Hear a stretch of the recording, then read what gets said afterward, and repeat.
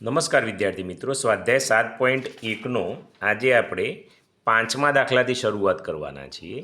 આગળના દાખલા છે એ મેં ગણાયેલા છે, તમે ન જોયા હોય તો એક વખત પ્લેલિસ્ટ હશે એનું જોઈ લેવા. ચલો પાંચમો જોઈએ. પાંચમાનો પહેલો આ થોડા અલગ છે. એક્સના 5% 400 છે. તો એ 400 આપેલા છે, તો એક્સના 5% એટલે એક્સ ગુણ્યા 5 છે, તો 5% દૂર કરવા એટલે 100 વડે ભાગીએ અને એની કિંમત 400 રૂપિયા છે.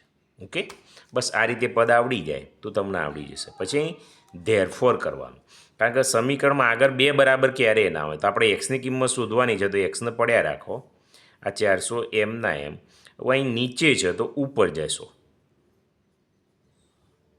અને આ 5 ઉપર છે તો આમ નીચે આવો. હંમેશા ક્રોસ ચોકડી હોય, આમ એટલું યાદ રાખવાનું. તો 5 અઠ્ઠો 40 અને આ મીંડું એમના, તો 80 એટલે ગુણ્યા 100 તો 3 મીંડો આવ્યો. તો એક્સ બરાબર કેટલા આવ્યા? 8000. બરાબર. ચલો બીજો જોઈએ.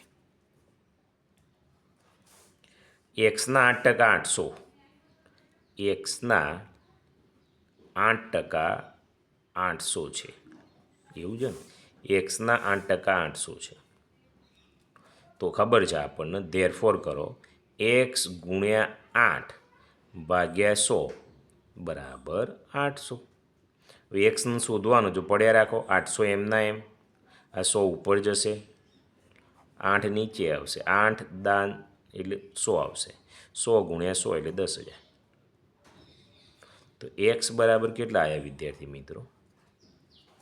10,000. ચલો ત્રીજો જોઈ લઈએ. એક્સના 12%, તો એક્સ ગુણ્યા 12 ભાગ્યા 100 બરાબર 600. તો ધેરફોર એક્સ બરાબર 600. આ 100 ઉપર જશે એટલે 100 અને 12 નીચે આવશે. હવે અહીં તમારે છેદ ઉડાડવાનું છે વિદ્યાર્થી મિત્રો. અહીં તમે છેદ ઉડાડતા ફાવો તો ઠીક છે, ન ફાવો તો કઈ રીતે અહીં લીટી દોરતો બરાબર, અહીંથી એટલે ખ્યાલ આવી જાય. અહીં ડાયરેક્ટ 12થી નહીં ઉડતા. જો 12 × 12 = 60 થશે, લે તો 12 × 60 અને આ મીંડું એમ નહીં. તો 50 ગુણ્યા 100 એટલે 5000. લો, એકદમ ઇઝી છે. આના માટે તો વિદ્યાર્થી મિત્રો તમને ઘડિયા આવડવા જોઈએ. તો કેટલા આવ્યો? 5000. ઘડિયા ના આવડ્યું તો કંઈ કામનું નથી. બરાબર છે. ચલો ચોથો જોઈ લઈએ. એક્સના 15%, તો એક્સ ગુણ્યા 15 ભાગ્યા 100 બરાબર 900. એક્સને શોધવાનો છે, તો એક્સને પડ્યા રાખો. 900 એમના એમ, ઉપર જાય એટલે 100 એમ ઉપર જશે, અને 15. આ 15 ભગાઈ ગયા. હવે 15 × 90 થશે, તો 15 × 90 અને આ મીંડું એમના એમ. તો 100 ગુણ્યા 6 એટલે 6000. તો એક્સ બરાબર કેટલા આવ્યા વિદ્યાર્થી મિત્રો ચોથા દાખલામાં? 6000. ચલો પાંચમો જોઈએ. એક્સના 5% 20 કિલોગ્રામ. તો એક્સ ગુણ્યા 5 ભાગ્યા 100 બરાબર 20 કિલોગ્રામ આપ્યા છે પાંચમા દાખલામાં. તો બરાબર 20. અહીં એકમ આપેલો છે, તો એક્સ બરાબર 20 એમના એમ રહેશે, 100 ઉપર જશે, 5 નીચે આવો ભાઈ. 5 ચોક 20, તો 10 ચોક 400. પણ વિદ્યાર્થી મિત્રો અહીં ધ્યાન રાખવાની, કિલોગ્રામ આપ્યા હોય તો અહીં લખવા જરૂરી છે. ઓકે, ચલો છઠ્ઠો જોઈ લઈએ. એક્સના 6%, તો 6 ભાગ્યા 100.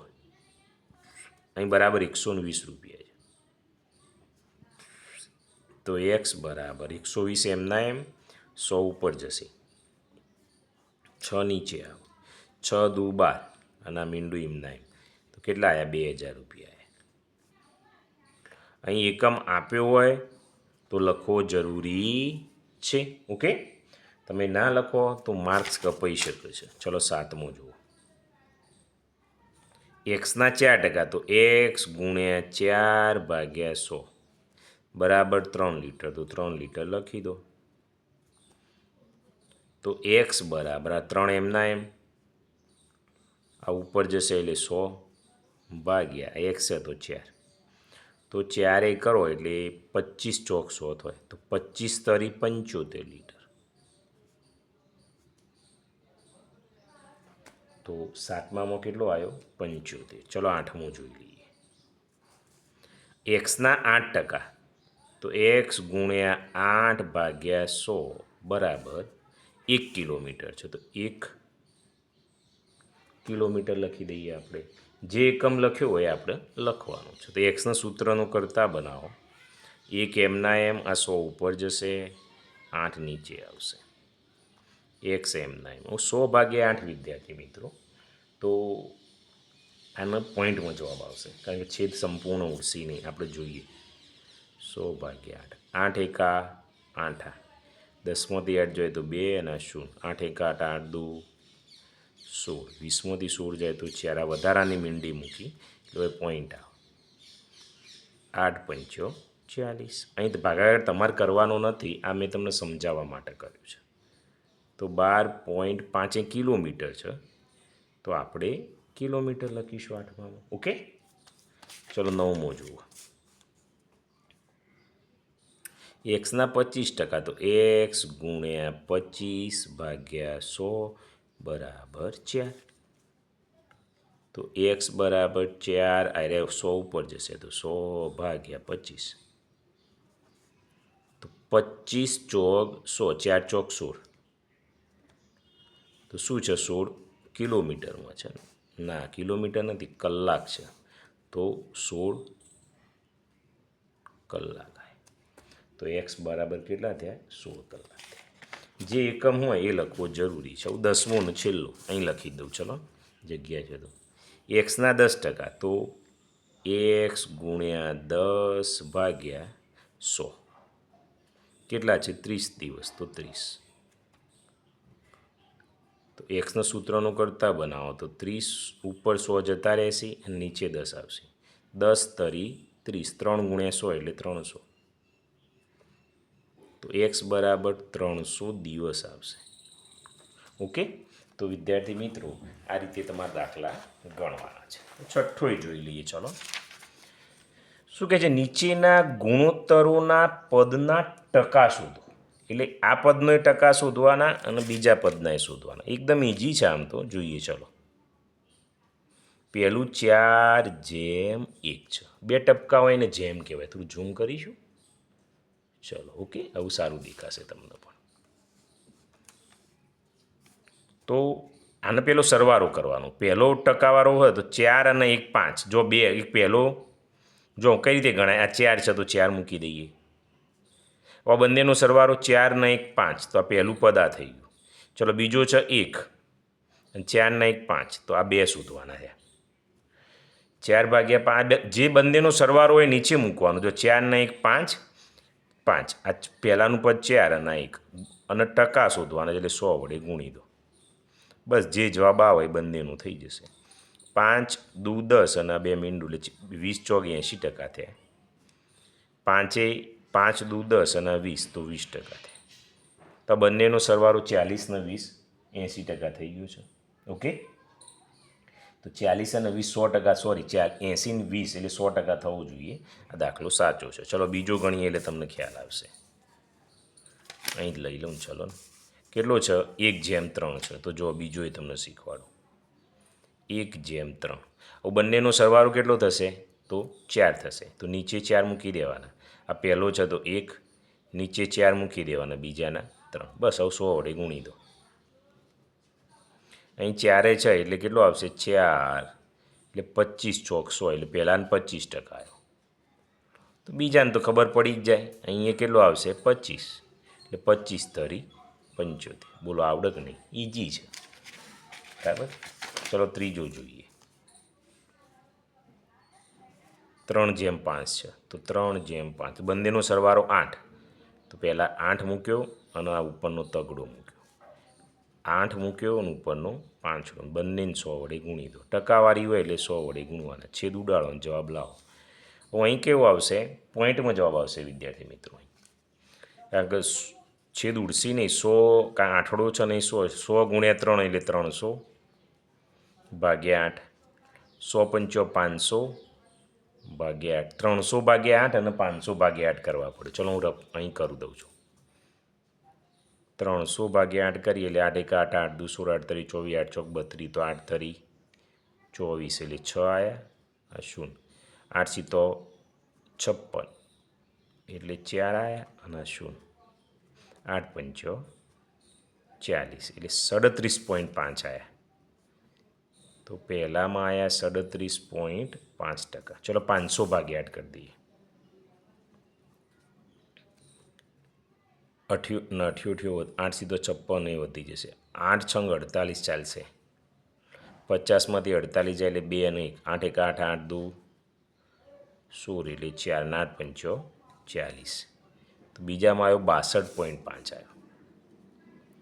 તો કેટલો આવ્યો 62.5 આવ્યો. ઓકે, આ રીતે ઘણી વખત પોઈન્ટવાળા પણ તમને પૂછાઈ શકે છે. પાછળ પૂરું છે ઉભારો આટ લઈ લઈએ. ચોથું 7/3 છે.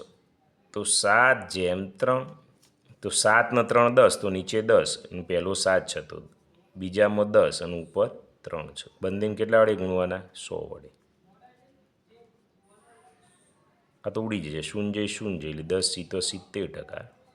0 0 10 તરી 30%. તો 70% અને 30%. ઓકે, ચલો પાંચમો જોઈએ. આ 3 રકમ આવી તો કેટલાક ગભરાઈ જશે. તો ગભરાવાની જરૂર નથી. આપણે જેમ ગણતા હોય એમ જ ગણી જવાનું. તો 5 ને 3 8 8 ને 2 10 તો પહેલું 2 લઈએ તો 2 ભાગ્યા 10. બીજો 3 લઈએ તો 3 ભાગ્યા 10 અને 5 લઈએ તો 5 ભાગ્યા 10. બસ બધાને 100 વડે ગુણી દો. 0 0 10 દુ 20%. 0 0 10 તરી 30%. 0 0 50%. તો 30 ને 50 ને 30 80 ને 20 100 થઈ ગયો. આપણો જવાબ સાચો છે. આપણને ગણ્યા વગર પણ ખબર પડી જાય. ચલો છઠ્ઠો લઈ લઈએ. છઠ્ઠામાં છે 5 7 8. 5/7/8 તો 8 ને 7 15 ને 5 20 તો 20 ઉપર 5. ચલો 20 ઉપર 7 આવશે. 20 ઉપર 8 આવશે. બધાને 100 વડે ગુણી દો. ઓકે, તો 20 પંચો 100 એટલે 25%. 20 પંચો 100 તો 35%. 20 પંચો 100 તો 8 પંચો 40 તો 25 35 અને 40%. ઓકે, ચલો છેલ્લો દાખલો અને 7મો દાખલો. 3 4 1. 3/4/1. આ થોડો ભારે પડશે. જો 1 ને 4 5 5 ને 3 8 તો 3 ભાગ્યા 8 પછી 4 ભાગ્યા 8 અને 1 ભાગ્યા 8. બધાને 100 વડે ગુણો. બધાને 100 વડે ગુણ્યા. આવું છેદ ઉડશી નહીં એટલે 100 તરી 300 ભાગ્યા 8 થશે. વિદ્યાર્થી મિત્રો, આપણે વચમાં 300 ભાગ્યા 8 કર્યા નહોતા. ક્યાં કર્યા હતા તો હતા અહીં છે પાછળ. ના, 300 ભાગ્યા 8 કંઈક ક્યારે હતા. જોવાય રહ્યા. ફરી વાર ગણવો નહીં પડે.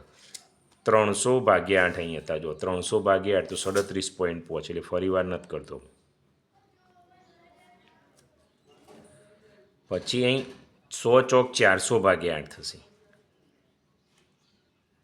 અને અહીં 100 ભાગ્યા 8 થશે. આ કરવા પડશે. આ આવ્યા નહોતા. ઓકે, ચલો કરીએ એવું. 400 ભાગ્યા 8 છે તો હું અહીં કરી દઉં છું. દાખલો અહીં પૂરો થઈ જશે. આપણે આ રફ પેજમાં કરવાનું છે, તમને બતાવું છું. તો અહીં તો છેદ ઉડી જશે ને 100 ચોક છે એટલે અહીં ચાલશે 8 પંચો 40 એટલે 50%. લો, આ તો ડાયરેક્ટ આવી ગયો. તો બીજો કેટલો આવ્યો 50%. અહીં 100 ભાગ્યા 8 તો અહીં 100 કરી દઈએ. 8 એકા 8 આ એટલે આ 10માંથી 8 જાય એટલે 2 અને 0 8 2 16 એટલે 4 8 પંચો 40 તો 12.5 આવ્યો. તો 3 આવ્યા 37.5 50% અને 12.5. બસ વિદ્યાર્થી મિત્રો, અહીં તમારો સ્વાધ્યાય પૂરો થાય.